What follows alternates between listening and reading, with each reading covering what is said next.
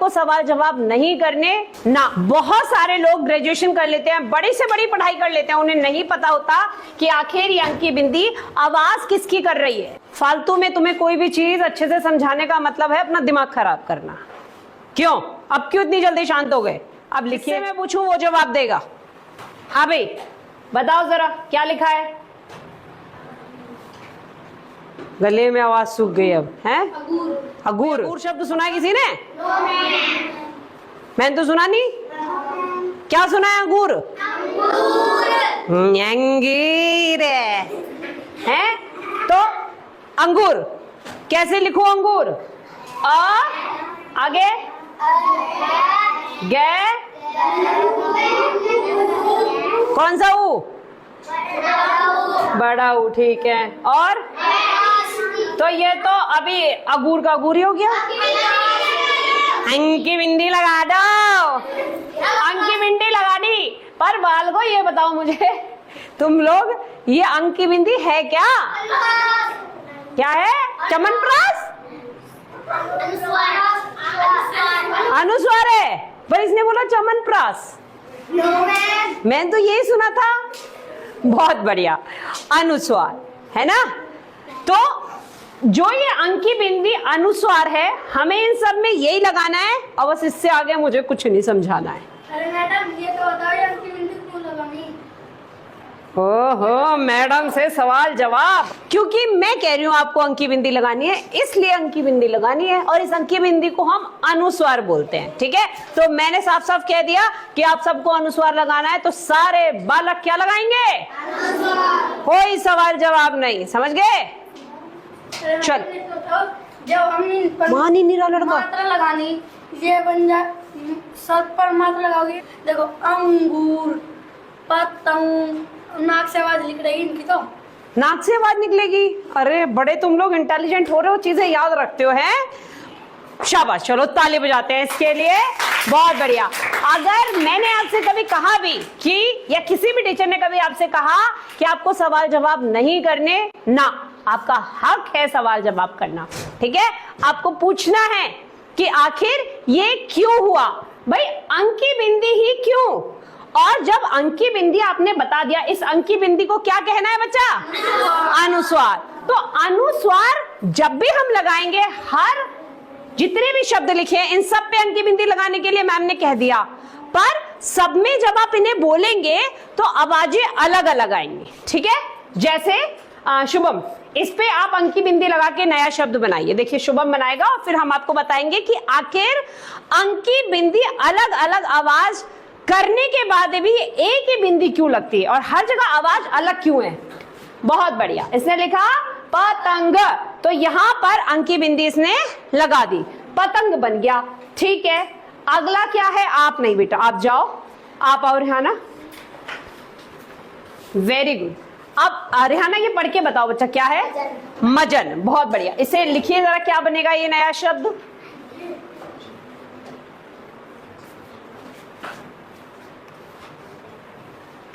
Very good, शाबाश। क्या बन गया ये? मंजन। मंजन बन गया। अब कौन आएगा? आ जाओ, समरजीत आएगा। समरजीत बेटा, ये शब्द क्या लिखा है ये आप पढ़ के बताओ। कबल लिखा है। कबल तो कोई शब्द होता नहीं है, बनाइए इसे अनुस्वार के साथ एक नया शब्द।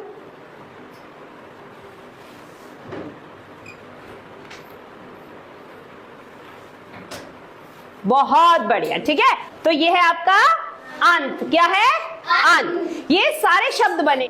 अब बेटा ये जितने जो आपने शब्द बनाए सब पर क्या लगी है? अंकी बिंदी। क्या लगी है? अंकी बिंदी तो लगी है, पर ये अंकी बिंदी हर जगह अलग आवाज कर रही है। और वो आवाज कौन सी है, इन शब्दों में पहचानने के लिए ये आपको जानना बहुत जरूरी है। बहुत सारे लोग ग्रेजुएशन कर लेते हैं, बड़ी से बड़ी पढ़ाई कर लेते हैं, उन्हें नहीं पता होता कि आखिर ये अंकी बिंदी आवाज किसकी कर रही है, ठीक है। तो हमने आप सबको ये छोटे या बड़े या पढ़ाए हैं, पूरा आ से ज्ञा तक जितनी भी वर्णमालाएं कितनी बार आपको सिखाई गई है। पर जो ये आपके 25 वर्ण है, कितने हैं ये? देखिए 1 2 3 4 5, 5 ऐसे हैं और 1 2 3 4 5, 5 ऐसे हैं, 5 पंजे 25। जो ये 25 वर्ण हैं इनको हम स्पर्श व्यंजन कहते हैं। क्या कहते हैं? क्या कहते हैं? जो ये स्पर्श व्यंजन है, किसी चीज को छूकर आवाज निकालते हैं। जैसे पहला वाला जो है क, आपकी आवाज कहां से? गले से आपके ऊपर तालवे पे जीभ टच हो रही है। क, ख, ग, घ, ड़, सबकी आवाज एक ही तरीके से निकल रही है। दूसरा परिवार इनका बनाया दांतों से निकलेगी। देखिए च, छ, ज, झ है न, सबकी आवाज किससे निकल रही है? दांतों से। फिर ट, ऊपर जीभ टकराएगी। ट, ठ, ड, ढ, न, सब में जीभ क्या कर रही है? तालवे से ऊपर टकरा रही है बार बार। ठीक है, ये जीभ से निकलेगी। त, थ, द, ध, न। ठीक है, फिर ये आपके होठों से निकलेगी। प, फ, ब, भ, म। सारी आवाजें कहां से निकल रही हैं? आपके होठों से निकल रही हैं। तो ये आपके स्पर्श व्यंजन है। क्या है ये? कितने होते हैं स्पर्श व्यंजन? 25। इनके परिवार हैं, ये कै वाला परिवार, ये च वाला, ये ट वाला, ये त वाला, ये पे वाला। यानी ये कै वर्ग के हो गए, ये च वर्ग के हो गए, ये ट वर्ग के हो गए, ये त वर्ग के हो गए और ये पे वर्ग के।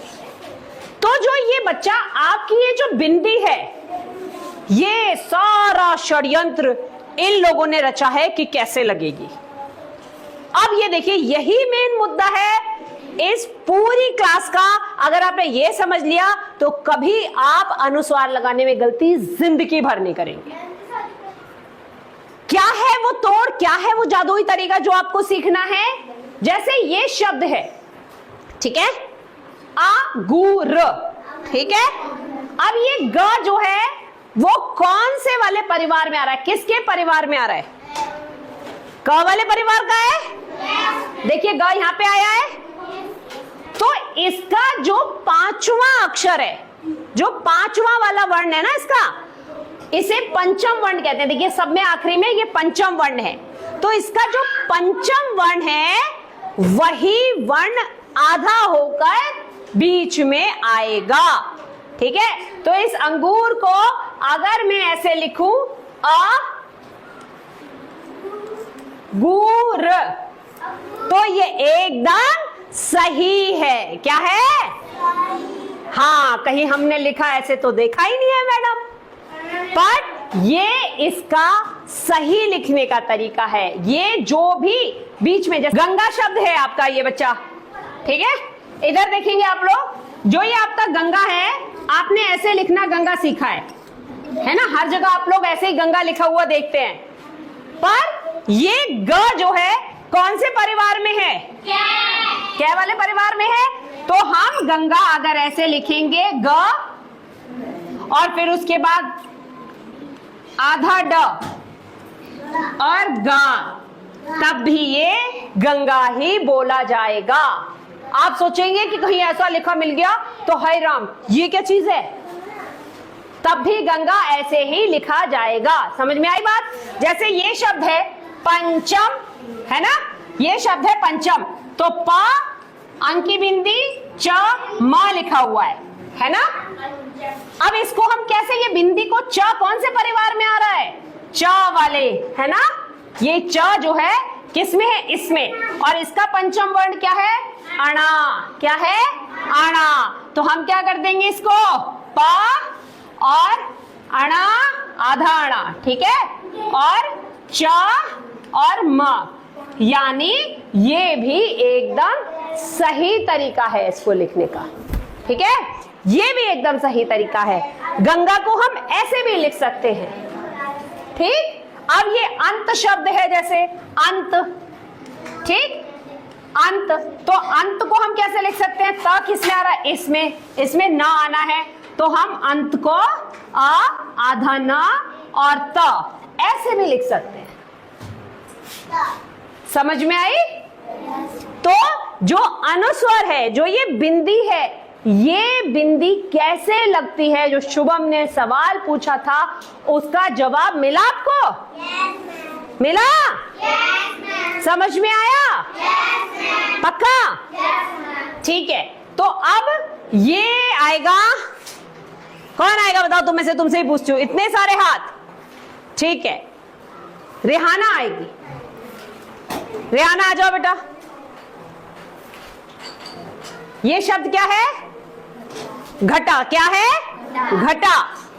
अब रेहाना आ जाओ, आगे आ जाओ। अब आप मुझे बता दो ये ट कौन से परिवार में आ रहा है?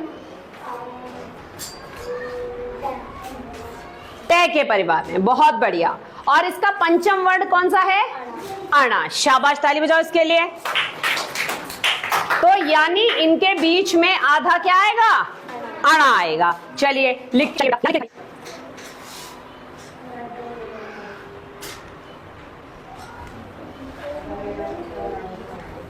सही लिखा है भाई इसने बिल्कुल।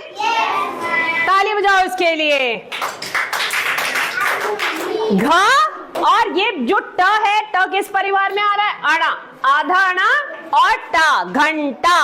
अब इसमें अलग से बिंदी लगाने की जरूरत नहीं है। तो ये क्या है? अनुस्वार। क्या है? अनुस्वार। अब बारी बारी से आप आएंगे और ये मुझे करके दिखाएंगे। ताली बजाओ सभी अपने लिए।